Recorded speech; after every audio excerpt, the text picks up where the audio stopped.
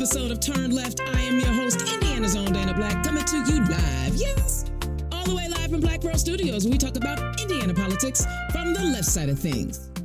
But before I start talking about Indiana politics, can I just tell y'all, I ain't gonna lie, I am literally living my absolute best life. And I know that there are a lot of people out here struggling right now, and a lot of us are still trying to navigate these crazy administrations that are in power right now.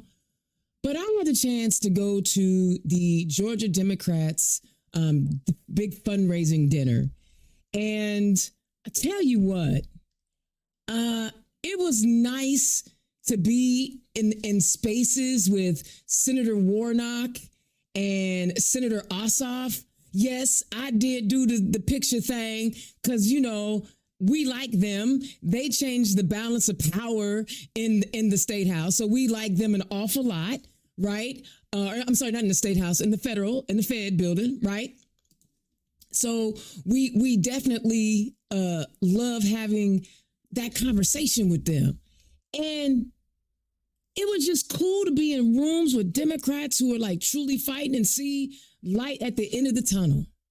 I talked to a lot of candidates who had primary opponents, and they were so positive. It was just like, wow, yes, I have a primary opponent, but yes, I have, man, it was amazing because they all recognize that the real fight isn't amongst ourselves. The real fight. So, I ain't gonna lie, I had a good time in Georgia, and I am definitely living my best life and cannot wait to see where Act Blue sends me next. I love my life, but you know me, I got a rant. Oh my goodness, y'all, these are some, the stories that I'm gonna bring you tonight are kind of not connected, but they are indicative of how important it is that we elect the right leaders, okay? Bloomberg reports, now mind you, Bloomberg is the money magazine, right? Okay. The Trump administration rejected a request from CenterPoint Energy to allow a 60-year-old coal plant in Indiana to close, forcing the utility to keep operating a unit it says is costly and unreliable.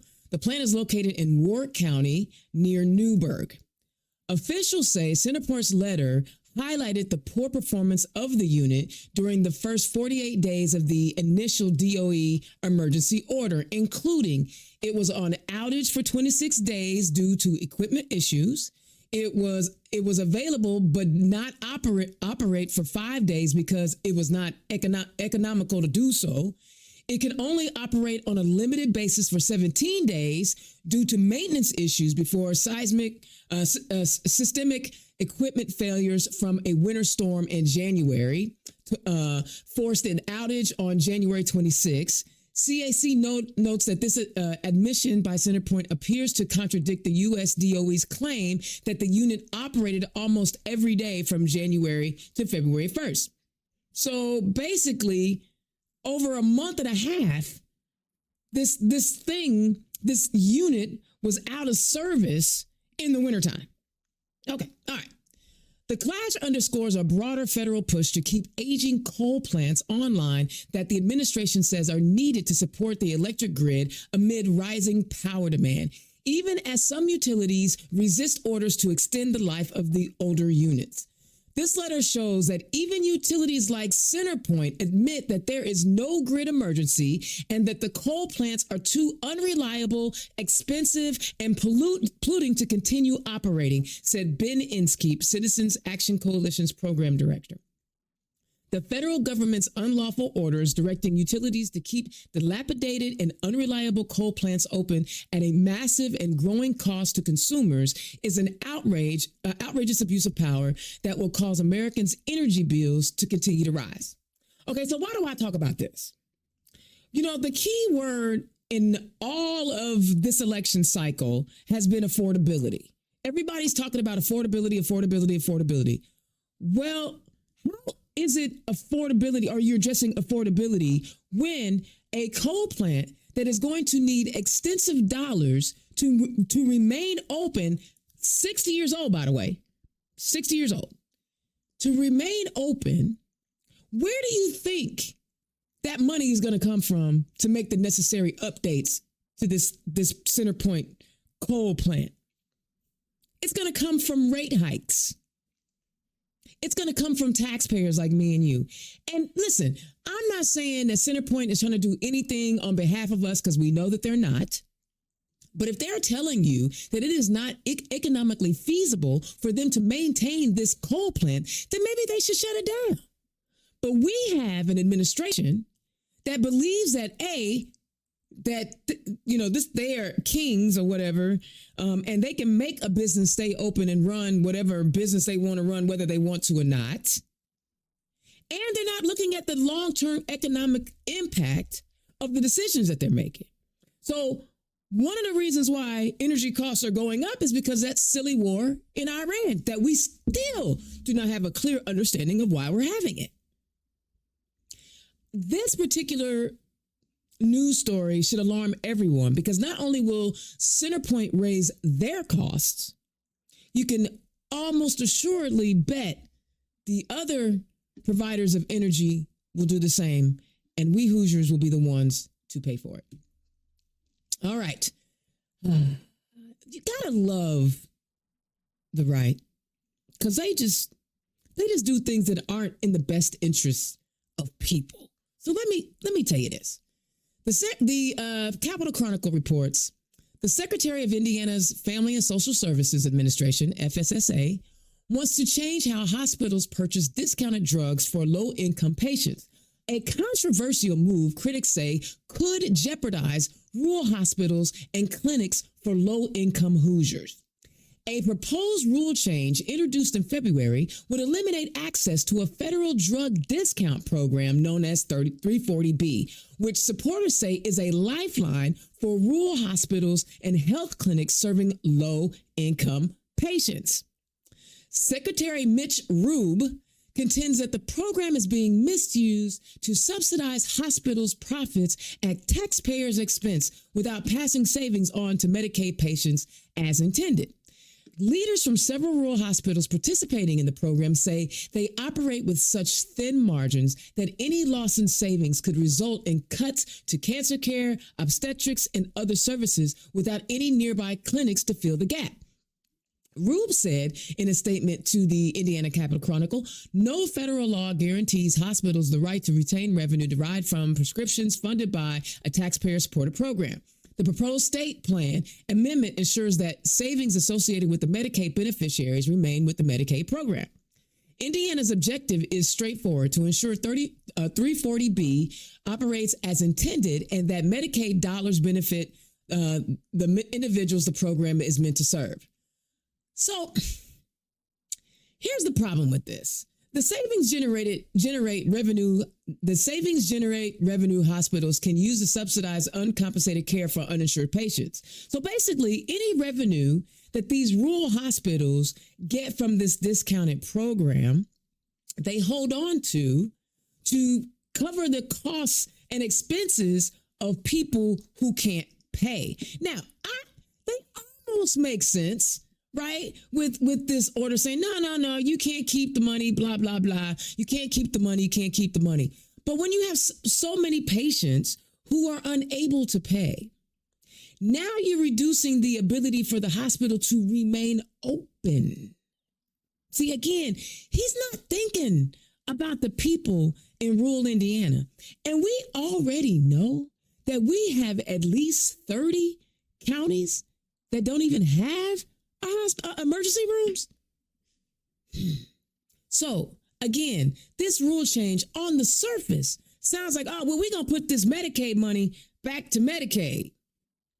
But actually, you're going to be hurting the hospitals who take care of people regardless if they have the ability to pay. And then when they start to run out of money, then what? I get it. I get what they're trying to say. But doggone it, when they have such small margins, why not allow them to retain something so they can keep their doors open and they can help that many more Hoosiers? Okay? I mean, I need y'all to look into that. Watch it. And then finally, the Indy Star reports a proposal issued by Governor Mike Braun earlier this week to infuse $200 million into the state's child care voucher program passed the state budget committee on Thursday, which is today. The move is expected to add 14,000 additional children from low-income families into the program, bringing its total enrollment to 57,000. This investment allows us to reopen access after 15 months of frozen admissions, address the most urgent needs, and put Indiana on a substantial path forward, said Adam Alson, director of the Office of Early Childhood and Out of School Learning in an earlier news release. The approved measure would prioritize enrollment of siblings of current voucher holders, infants, toddlers, and 3, 4, and 5-year-olds, according to the news release. At least 20,000 children will remain on the program's wait list. Here's what Hoosiers should know. There's a wait list for children child care vouchers in Indiana, which applies only to new applicants and new children being added to vouchers. You guys, go read that. Now, I find it interesting that this is essentially a backtrack. Right? You realize that because, see, they changed the formula for these CCDF vouchers, right? In the budget, they changed the formula, and dozens of child care facilities across the state had to close because they changed the voucher formula. That meant that daycare centers were going to get less per child. And because they were getting less per child in these vouchers, many of these daycares couldn't stay open. And so now we have a lack of childcare, especially for low-income families. But it was happening to everybody because childcare places didn't just take young people who were on the vouchers. They were taking everybody, right? But this is where they're trying to cover up and try to make it seem like they're doing something on behalf of Hoosiers when they created the mess in the first place. It's like starting the fire and then trying to take credit for putting it out. These folks continue to create chaos in our state. They continue to create chaos. And when they see the things that they have done are wrong or have negative impact, they want to have this big old press conference. Look what we did. Look what we did. We bring in money. We $200 million. Well, we don't even know how that money is going to be dispersed. And we don't know if those rates are still going to be the same. What does that mean? Does that mean the formula is going to change? How does that $200 million? And then, again, they created a mess, and now they're trying to clean it up and making it seem like they're doing something real well. They're not. Guys, this is why, how much more of this are we going to take? How much more incompetence and mess-uppery, because I wanted to say the F-uppery, and I didn't want to say that. How much of the mess-uppery are we going to take? Because this is poor leadership. It is poor management. There was obviously a reason why people needed those CCDF vouchers. And to change the formula so that now we have less daycare centers than we had before. Well, where are they going to go? Where are the kids going to go? Are you going to infuse that money to help some of these daycare centers who had to shut down reopen so that the kids have someplace to go? Aren't y'all tired of over 20 years of Republican rule where all they do is bring us heartache and pain in our state? They poison us by wanting to keep open coal plants. They want to shut down hospitals because they're trying to make a little bit of money off the discount program. And now after they screwed up child care accessibility, they want to pretend like they're fixing it. We deserve better than this, y'all. So early voting is underway. Pick your primary opponent. I don't care, not your opponent. Pick your primary candidate. I don't care who you pick because they're all Democrats. Okay? And then after you're done, after the primary happens, get on board and help the person that wins in the primary. I don't care if your person doesn't make it. It might not happen. Depending on how many people, if it's 2 people, it's 50-50 chance. It's 3 people, you got 33.3% chance. 4 people, you have 25% chance. There's a possibility that the person that you choose does not win. But we have got to come together after this primary and make sure that we're stepping behind every candidate that's on the ballot that is running as a DB so we can stop the crazy at every level of our citizen government. Every level, y'all. That is my rant. Democrats, are you looking for an affordable digital content creation solution? Then look no further than Black Pearl IT Solutions and Black Pearl Studios. Indiana's own Dana Black is providing many of the communication wraparound services any Democratic organization needs. No matter the size of the budget, Indiana's own and Black Pearl Studios have you covered. Just scan the QR code or visit www.blackpearl-its.com. All right. I'm excited because y'all know my passion is in the State House. It's always been in the State House. I don't care if it's the Senate side, I don't care if it's the House side, or all of our statewide electeds. The State House is where all the real power is. And tonight, I have 2 guests who are running for the Senate. Okay, so I'm gonna make sure I don't, because I have a tendency to mess things up, I wrote it down phonetically. First up, we have Catherine Torzewski running in Senate District 31. Catherine, welcome to the show. Thank you. Thank you for having me. And also a dear friend of mine, someone that I care about deeply, Pastor David Greene, who's running in Senate District 29. Pastor, welcome to the show. Thank you, Dana. Glad to be with you today. I love it. And listen, was there anything in my rant that either of you wanted to chime in on? Well, I think you touched on a lot of the reasons that I'm running. So, utility bills, with it being as high as they are and it being a huge issue in my district, the fact that our state legislature has allowed us to get where we are, where it's unchecked rate hikes and monopolies with utility companies. Childcare is a huge issue as well. So you've really talked about a lot of things that I know are number 1 issues in my district. I love it. Pastor? Yeah, I'm going to add that child care piece is huge, being that we have an academy. 311 child cares have already closed. It's going to be challenging even to get them back, and there's still a lot of unanswered questions, and we need this to be sustainable. I mean, it's $200 million, but what happens in 2027? So, and like you said, the governor shouldn't get any kudos, or the Republicans, for this right here, because they created a huge, massive problem, and now they're still putting a Band-Aid on it, and we truly don't have a real solution. And again, I'm always concerned about the environment, because the reason a lot of our Black and brown children have asthma and other things is due to the environment, what's been going on. And, the investment there, not in solar or clean energy and something else, is certainly disappointing.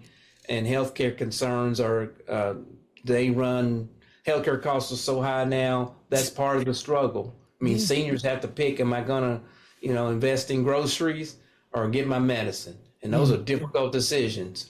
Yeah, and it's crazy because you can see how all of these bad policies are coming at us at every angle, right? You can't even pretend like you can avoid a bad Republican policy because it's going to hit you in where you breathe. You know what I'm saying?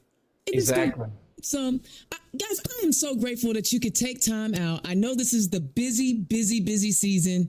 Because you guys are in that final push, early voting, you're doing that GOTV and trying to get people to the polls. But so I thank you for taking time. But Catherine, tell people who you are and where you come from. Yeah, so we'll start all the way back at the beginning. I am an adoptee, so that is a huge part of my story. Yeah. Oh, that's awesome. Yes. We should talk about that sometime. I'm adopted. I know quite a bit actually about my biological parents. My biological mom grew up, born and raised in Hawville. So right here in Indianapolis. And then my biological father is from and still lives in Abu Dhabi. So I'm half Arab. I was raised on the east side of Indianapolis with a librarian mom and a union sheet metal worker for a dad. So extremely typical middle class Hoosier. I went to East Side Catholic schools growing up. So I went to St. Simon on the East Side and then graduated from Cecina. Was always a pretty good student, played softball, actually played softball in college at the University of Indianapolis, where I graduated. I graduated with a bachelor's degree there. I worked for a long time managing a law firm for someone who actually ran for Fisher City Council a few years back by the name of Howard Stevenson. I know Howard. He's a good friend of mine. Yes. So I ran his law firm for a very long time. Got a lot of great experience with kind of business management, and also learned a lot about the law and about specifically real estate, because Howard does a lot of with eminent domain work and things like that, landlord tenant issues, all of that. Became a realtor in 2014. Have been extremely active and involved in MIBOR. I sit on various committees. I'm involved in leadership in MIBOR. What is MIBOR? It's the Indianapolis Board of Realtors. So I shouldn't say Indianapolis. It's more of Central Indiana Board of Realtors. Okay. So it's kind of what governs us as realtors. That's our local board. So that's kind of where we have our trainings, our ethics, our everything kind of goes through MIBOR. I also have 2 young boys at home who are in public schools. Public schools is a huge issue on what I'm running on. I am active with my local Moms Demand Action chapter, where we try to advocate for gun sense laws at the State House. And then I also sit on the Lawrence Township School Foundation Board. So that is a little bit about me, where I come from, and everything that I have going on right now. Oh, my goodness. You sound like a servant. You sound like a public servant. Oh, my goodness. Yes. Is that why you decided to go ahead and put your hat in the ring to run for the seat? I ran a few campaigns in and around this district. We talked about Howard. In 2023, I ran Howard Stevenson's campaign when he ran for Fisher City Council at large. In 2024, I ran State Representative Victoria Garcia Wilburn's campaign. Huh? So you're a winner.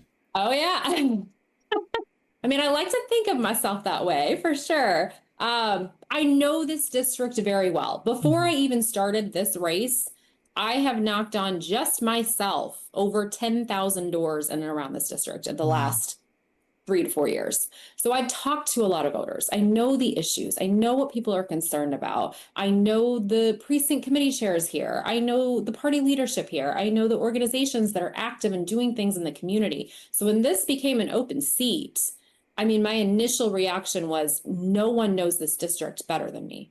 And so I just knew it was just a moment of clarity for me of like, nope, this is logically the next step. I need to run for office here. I need to be the voice for this district that I've been working in for years, that I know so well. So that was when I decided to step up and put my name on the ballot. I love that. And you are actually, and this is just my opinion, ain't nobody else's. You're, to me, the prime example of this is the first time you're a candidate, right? Yes. To me, you're the prime example of what a first-time candidate should look like, no matter what office they run for. They should already be in the community before you start asking people for money and votes. You are that kind of candidate. But I ain't gonna lie, I got 2 of y'all on the show today. Pastor Greene, tell the people who you are and where you come from. I'll start with where I come from, and my accent normally comes through. I was born and raised in Cave City, Kentucky. I came to Indianapolis in 1985. I just graduated college from the University of Kentucky with a degree in computer science. So I came to Indianapolis working for IBM. So my original background is in the IT arena. I spent a lot of times in data centers. I know what that is. And I had a lot of the large companies that were here, Lilly's, Cummins, et cetera, were all part of my client base. And while doing that, I started to attend Bible college. And so I was bivocational as a pastor for a moment, and then eventually became full-time pastor. I've pastored at Purposeful Life Ministries now for 30 years. I got 10 years as the president of the Concerned Clergy of Indianapolis. Come on. My wife and I have been in Pike for over 30 years. We raised our kids here. They graduated from Pike schools. We got 2. I got a daughter and a son, and then we got 7 grandchildren. And so In addition to that, I'm doing mental health first aid training. Been doing that for a couple of years because of the mental health crisis, wanting to address the stigma that's going on in our communities around mental health. And probably most importantly, I've just stood along a lot of families along the way and know that families want a fair shot. Everybody wants safe neighborhoods and strong schools, and just really passionate about, especially our young people. And that's why when we moved into the new location in 2002, we focused on starting that academy, because I truly believe if children are behind, they have a tendency to stay behind. So early childhood development is so crucial, is so critical to a child's success. And so that's why we invested there, and have always stayed committed to that, because we have to get children off to a good start. Yeah, yeah. You know what? I'm be honest with you. I knew that you were from Kentucky, but before I knew you were from Kentucky, I didn't think you had an accent, a Southern accent. I thought you had a pastor accent, because Okay. I grew up in a Baptist church, and so that they all kind of. And then it just dawned on me. I was like, I thought it was a pastor accent. I didn't know it was a Southern accent. Y'all know y'all have like a sound, right? Yeah. Most people say they'll say, "You're not from here, are you?" And when really I've been here since 1985. See, so I've been more time here than anywhere. I think you've lost your Kentucky accent, and it's full on pastor accent. That's what it is. Okay. But just like Catherine, you have already been doing the work in the community. You're also a first time candidate, correct? Yeah, I mean, this is new for me, but I'm excited about it because, you're taking a look at what's going on. We got to do something different, and I'm bringing that moral lens to the table. Yeah, I just think it's great that the both of you, and sometimes I don't even always know who I'm pairing up on the show because I send out the invites. And here I have two candidates who have already been doing the work in the community and now are seeking to take that service mentality to our state house. One of the things that has been incredibly frustrating has been watching the sessions. Every time I watch a session, I feel like I need to go hug every Democrat when they get done, maybe offer a little, PayPal or group me, or, raise money so they can get some therapy, because there'd be some bad stuff coming out of there. I know you guys pay attention. What are some of the bills that you saw over the last, it doesn't have to just be this last session, the last couple of sessions that you have found incredibly hurtful or harmful to our state and the residents of our state?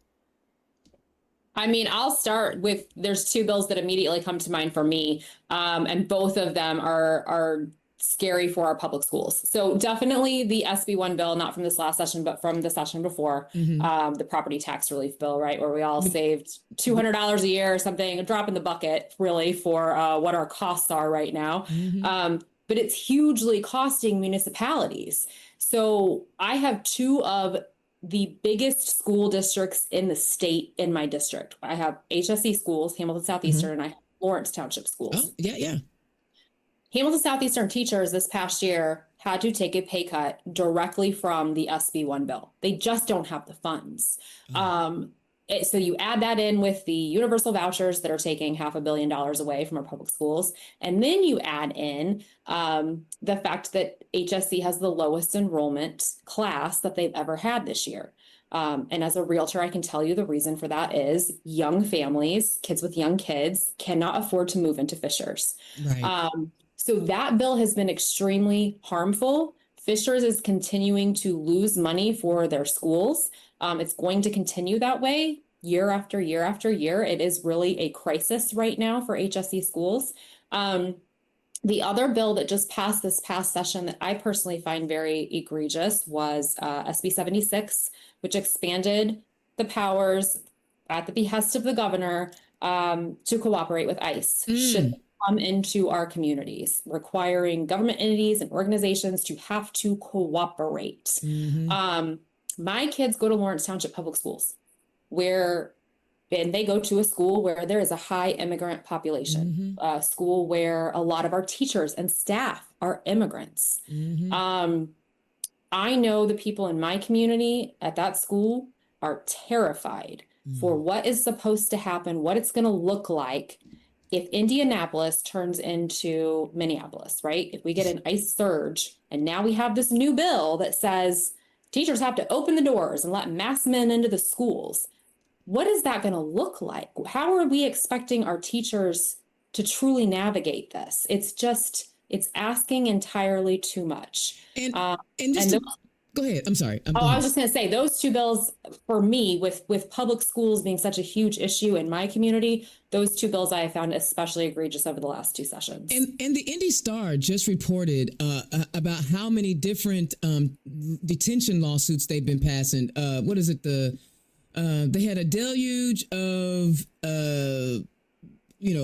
lawsuits against the federal government, so much so the immigration courts are overrun. Again, another decision that is not helping anybody. And you're right, kids should not be terrified when they go to school, especially when we're talking about people who are contributing to our communities at such a high level, right? What are your kids saying? Because you have children that are in those schools. What are they saying to you? Because like you're having those conversations over the kitchen table. Oh, yeah. I mean, the beginning of this year, my oldest, who is in second grade, had said to me, one of his classmates who started the year with him left and moved out of the country. And I could only, infer that meant that they were potentially self-deporting. And I've talked a little bit with my second grader about how, some of the stuff that's going on, so that he's aware, because I'm sure that there are families that he goes to school with right now that are terrified, and that are fully aware of what's happening. But the second grade might be a little young. I didn't know how old your kids were, so I probably should have asked that. Well, no, I'm telling you, they are more aware of some of this stuff than you would think. Now, I don't know that they know, the specifics and the details and all of that, but, they are aware that there is something happening. They are aware that some of their classmates are having different conversations at home that they don't have to have. You know what I mean? They're aware of those kinds of dynamics that are happening right now. Yeah. Pastor Greene, what are some of the bills coming out of that State House that has you? Well, I agree with Catherine that I have Zionsville in Boone County. That school was impacted the most by that bill. And they have a referendum for November just to try to get some money. Yes, that SB1 that to be able to have, because they want to have quality schools. So that bill was significant. Senate Bill 76 is significant. And because I teach and deal with mental health, I want us to process that even for children, that if an ICE agent comes in who's masked and takes that child out, that is going to have a mental health impact on our children. Don't just think about the adults, the children, because even as an adult, if somebody masked comes in your house right now, snatches up somebody, you're going to be impacted. They're going to be impacted in terms of their mental health. And I don't think we're thinking about the trauma that we're creating when we say ICE agents can come into churches, come into schools, places that we have deemed as places of safety, and we're just going to let them come in and take somebody out. About the mental health impact, the trauma that you've just created on the lives of people. And then a third bill I would add is the bill where, Dana, when we decided if somebody fell on hard times and they became homeless, now we're going to criminalize them. We're going to say there's a $500 fine. There's going to be a C misdemeanor. That's just egregious. For me, that said, Pastor, you've got to do something. That makes absolutely no sense for somebody that falls on hard times. Rather than try to help them, rather than try to address the core issue, our solution is, hey, we got a fine for you, and we got a charge of a misdemeanor for you. How they gonna pay? Go ahead. I'm sorry, Catherine. You go ahead. I was just gonna say, which is only going to further the problem, because if they're already homeless, they're already having trouble finding housing. Now giving them some sort of a criminal record and a fine to pay. I mean, it's just furthering the problem for them. So I absolutely agree. That was a terrible bill as well. That one's a heartbreaking bill, because the same people, Pastor, and I stay out of religion. I stay in my lane, right? Okay. But Okay. these people, I did go to church and I grew up in the church and I remember what my Christian family taught me. And I sit up there and watch all of these people trying to mandate the 10 Commandments. They want to mandate all of this Christian philosophy, but they are dogging out the least of these. I need somebody to help me make that make sense.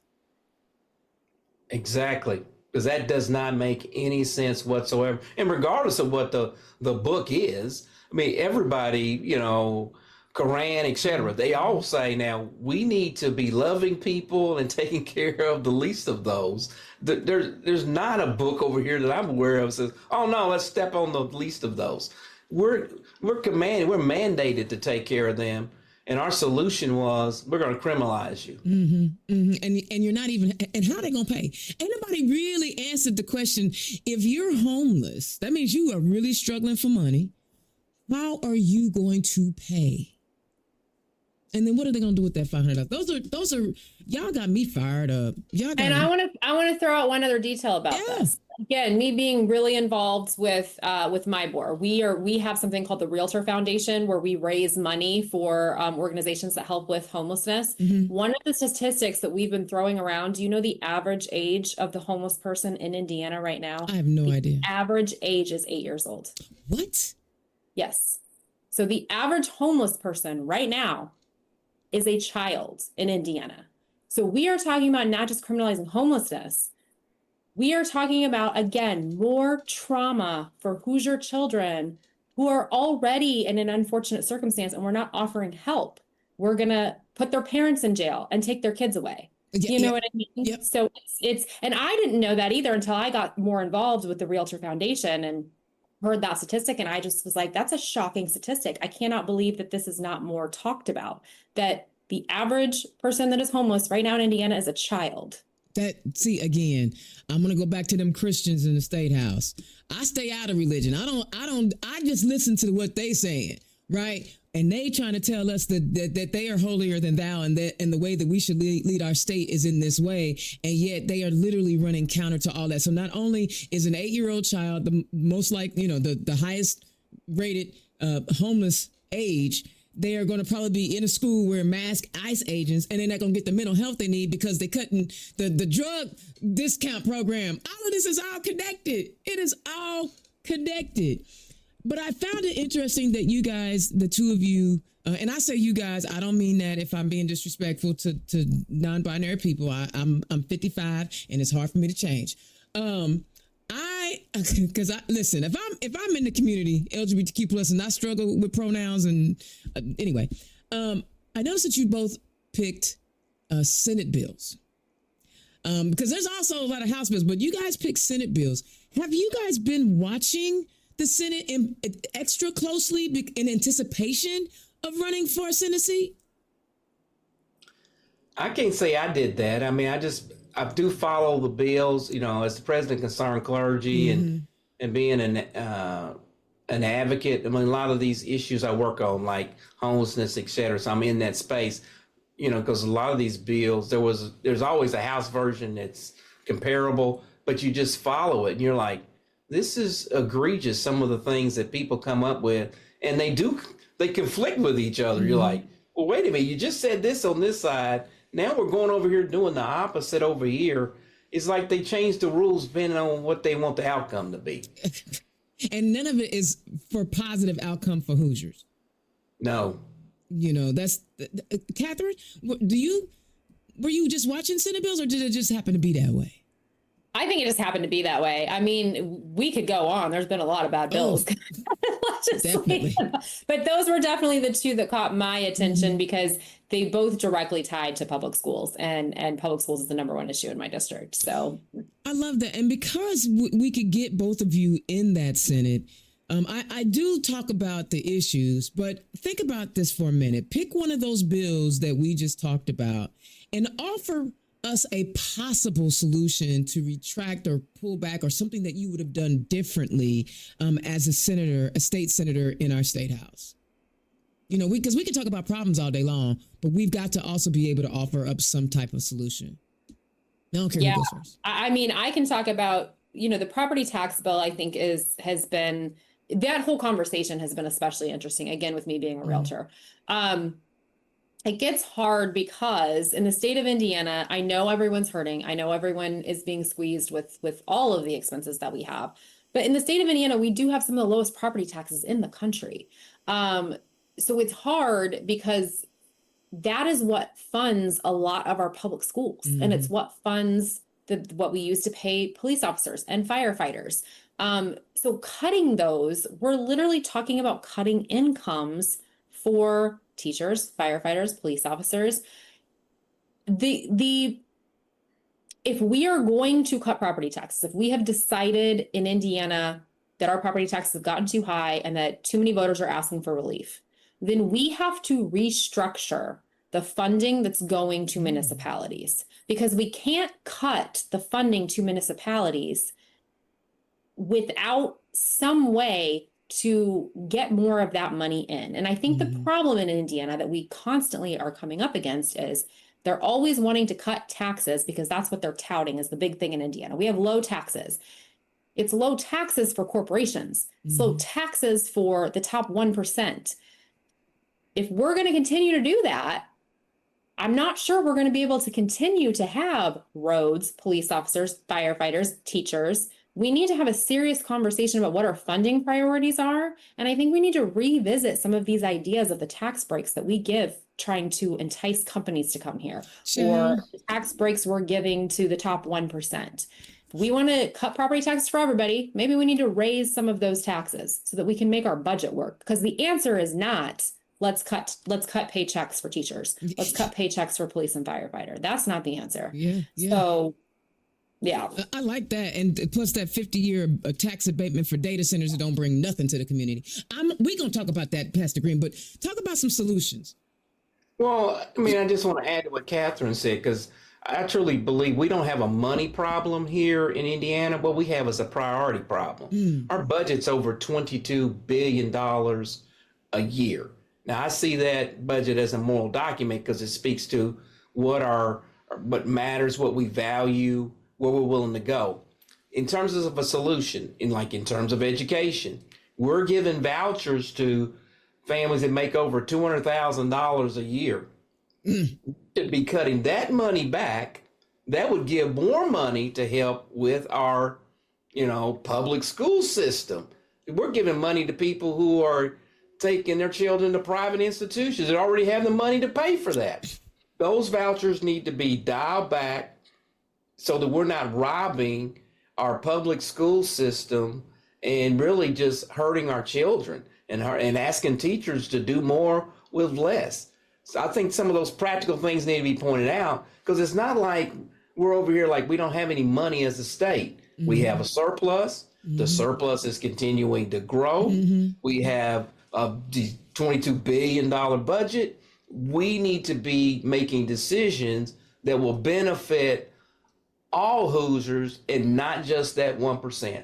Because like you said, 50-year tax abatements to Google. Google lost more money. I mean, this is toy money to them. Exactly. They don't need that money. So we could take that money and make sure that we're building our own infrastructure instead of giving breaks to people who really could care less about that break because they have tons of money. They have tons of money. And let's talk about them data centers. It's not very often I get another techie on the show with me. You said you have worked in data centers before. Will you please, for the people, explain the difference between the data centers that you have worked in, the legacy data centers that you have worked in, and these AI data centers? Will you please explain the difference to these people?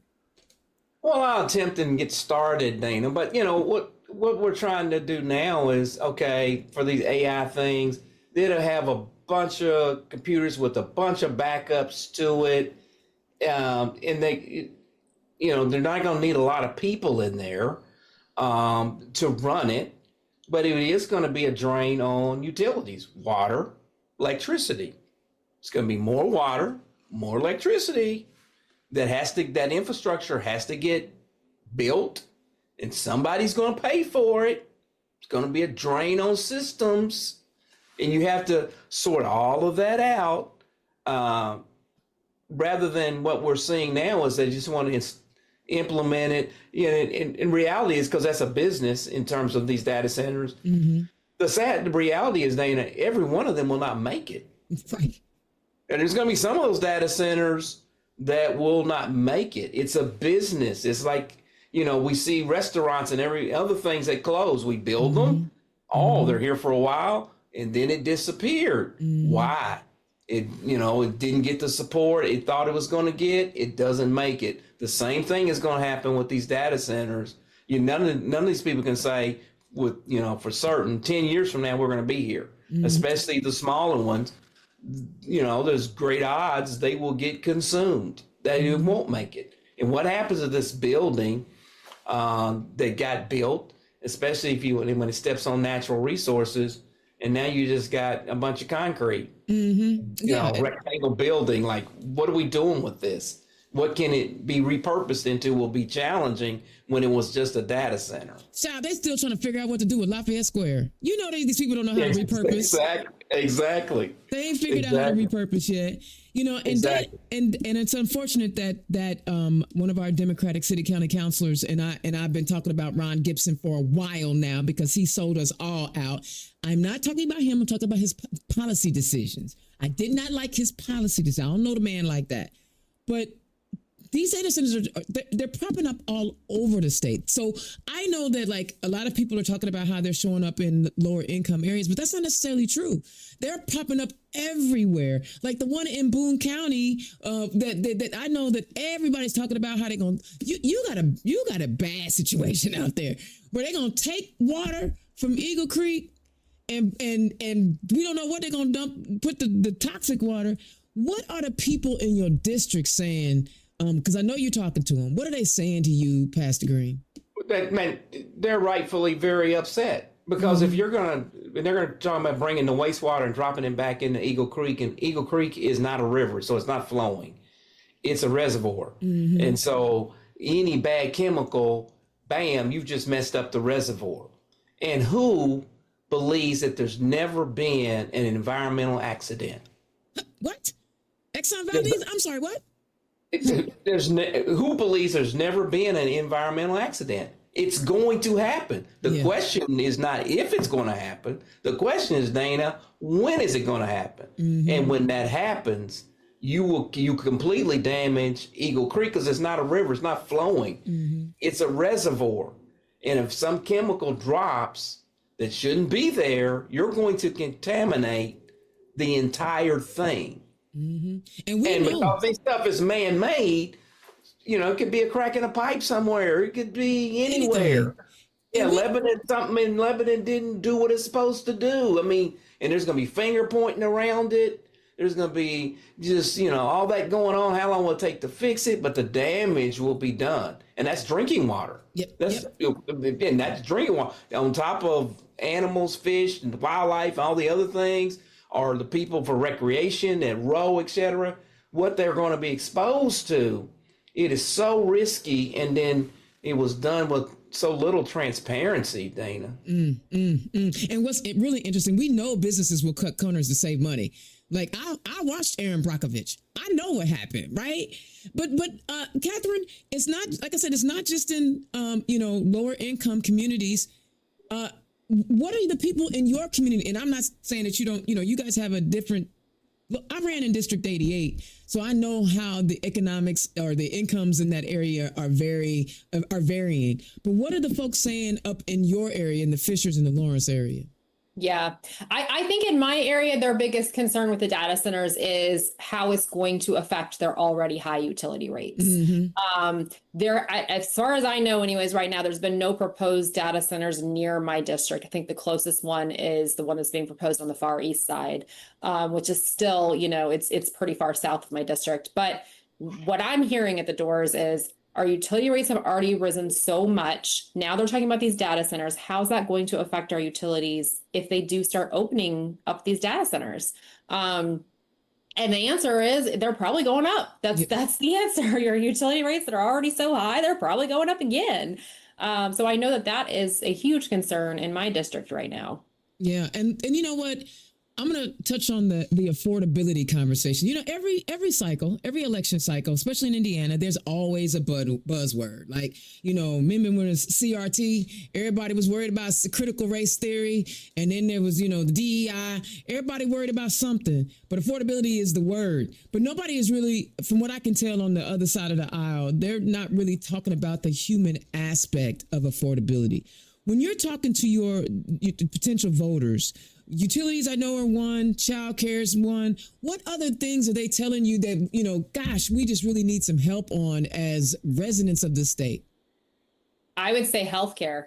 Healthcare is huge right now. And I mean, I think it's for everywhere, but definitely in my district, we're talking about it too. You know, again, going back to the HSE teachers, one of the biggest things with their money that got affected was that their insurance premiums went up this year. Wait, they got a pay cut? And the insurance premiums went up? Well, between the two, we call it a pay cut. Oh, Jesus. I'm like, but yes, they don't have no teachers and fishers, apparently. I think the general consensus is morale is definitely down right now with HSE teachers. They're also talking about laying teachers off right now, too, in HSE. So the morale is not great. But back to healthcare. Yeah, I mean, I personally have a father-in-law who's on Medicaid. We're seeing the cuts happen in real time right now. And having the conversation, me and my husband at home, of like, what does this look like when it becomes too unaffordable for him? When he can no longer afford his prescriptions, how are we stepping in to help? Because he's already on such a fixed income. So I think insurance is also a huge issue. Healthcare access, you know, tied in with that in my district. Those are huge issues, I would say, in my district. Pastor? And I would add, you know, with that, healthcare, housing is a problem. You know, home insurance prices have gone up. People are struggling. In the Carmel area, they call it the missing middle class, but there's a struggle there for people to be able to live. Life has gotten very expensive, and everybody's feeling the pressure because all of those things are coming, Dana, along with grocery prices and gas prices, et cetera. There's only so much you can take. It's hard to swallow. Referendum for education, home insurance went up, groceries is up, healthcare is up, you know, child care is up, everything is up. Except for your salary. Except for the salary to match that, right? You know, it's not growing at the same rate. And if you add utilities in here, you know, everybody's like pausing, at least taking a look to say, wait a minute, I used to be comfortable and now I'm not comfortable. And especially for seniors who had plans and thought they had a great plan, but they didn't foresee all of these things happening, quote unquote, at the same time. So now they're more concerned than they used to be. They feel the pressure. They feel a pinch. Yeah, and see, I know that I am I'm getting into my real senior status. I ain't really there yet, but like at 55, I'm looking at, okay, what does the next 10, 15 years look for me as I go into retirement? And I'm literally thinking about being somewhere else where my money will go a little farther. I would be further away from family and friends, but like, if I know I can go live in Panama and they give you a retirement visa and I can live on pennies on the dollar, I'm going to Panama. Like, but I shouldn't have to, right? And I think that's the thing, is like, why do I have to leave my homeland to afford it? That doesn't make any sense. So, you know, every candidate has at least 3 issues, and I have a feeling that we done already touched on most of them.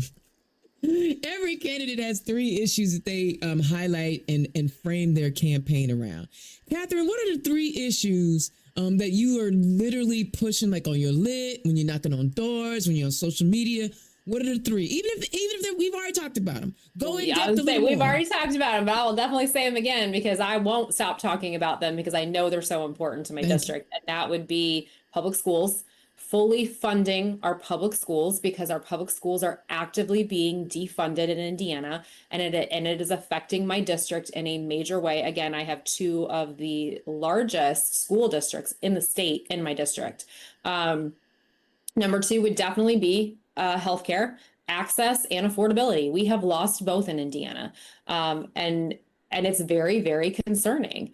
And then I would say the third one is definitely affordability. And again, bringing it back to, utilities, groceries, childcare costs, gas, all of that. That is definitely the top three things that are talked about the most when I talk to voters in my district. I love it. I love it. Pastor?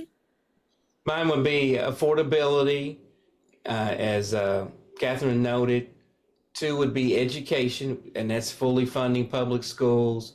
The third one would be protecting our communities. That's the environmental issues around the LEAP project, Eagle Creek, and in that as well as protecting people, where they have local voice, local control in terms of stuff like ICE. Mm-hmm. I think the local voice has gotten lost. So in protecting our communities, that's a piece of that.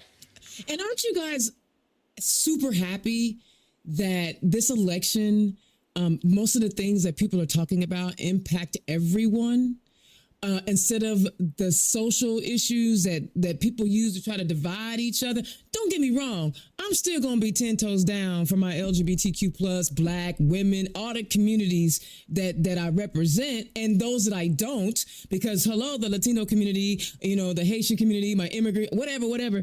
But aren't you glad that pretty much the majority of the candidates that are out there right now on the Democratic side of the House are talking about the things that matter to all Hoosiers? I mean, I definitely, yes. When you were first framing it and didn't mention Democrats, I was going to say, I think those issues are probably coming after the primary, because I certainly think that the old trope that the Republicans are going to pull out is all of those things. Oh, absolutely. So I'm sure we're going to get hit with that once we make it out of our primaries. And so I'm ready for it when it comes. But yes, of course, the Republicans don't have anything else to talk about right now. All of the affordability issues, the actively defunding public schools, the fact that we've lost health care, that's all their fault. What can they really talk about, I just love that because, everybody has a different opinion on certain things. Now, I don't believe in, litigating my civil rights. I think it's not finna happen. But I just like that we are spending more time talking about, kitchen table issues that matter. I mean, I still will talk about abortion when necessary.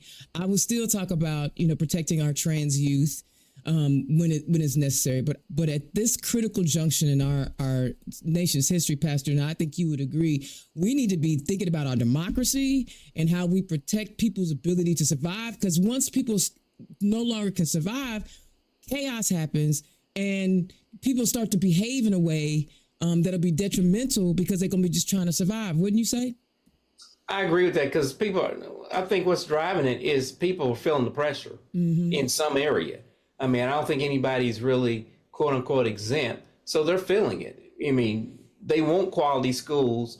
And if the system is dismantling your school system, on the slide, then you're going to be concerned about it because it impacts property values, right? Even if I don't have children in the school, I want my property values to be up. And I can't afford for the school to decline. So all of those things are really connected. So we're really talking about issues that overlap, just like your rant. They all overlap and they come together, because even if I got insurance, well, how much deductible did I have to pay? When did I get this break? And everybody's feeling that. Yeah. Come on. You better bring my show full circle. I ain't mad at you. You must do this on occasion. Do you have a podcast, sir? We have the Conservative Clergy podcast. So, we have to talk about these issues. I love it. And we have to tie it together, right? I love it. And I was just looking at a tweet from a Republican candidate that's running for the state house, and she had the audacity to talk about, wanting to bring down gas prices.